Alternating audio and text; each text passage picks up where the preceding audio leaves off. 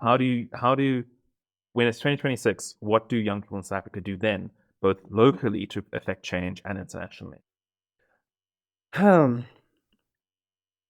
think three things in terms of how do we as young people push for the things that we want. I say we need to organize ourselves. I think we need to mobilize ourselves, but also I think we need to conscientize ourselves.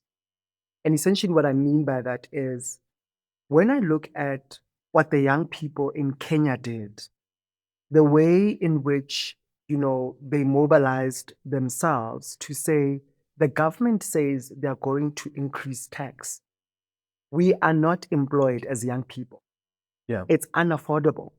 That is crazy, government. You are out of touch with the realities on the ground or in communities. But I mean, essentially, when you look at the strategies and the tactics they use, the use of internet, even despite there being an internet blackout and all those things, and the communication tools that they used, right?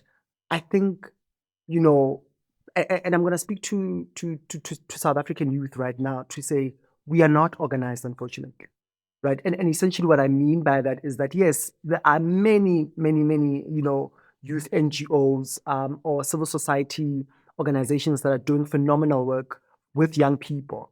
But again, oftentimes we're also working in our silos, there in my little box, doing my own thing. That's not for me. That mindset needs to change, and I think it's also a mindset thing, right? But also, South Africa, we are a diverse nation. Essentially, what that means is how do we also organize and mobilize and conscientize ourselves with in all our diversity, right? Because I think part of what we're also seeing, particularly in South Africa, is that we're all organizing in our own corners.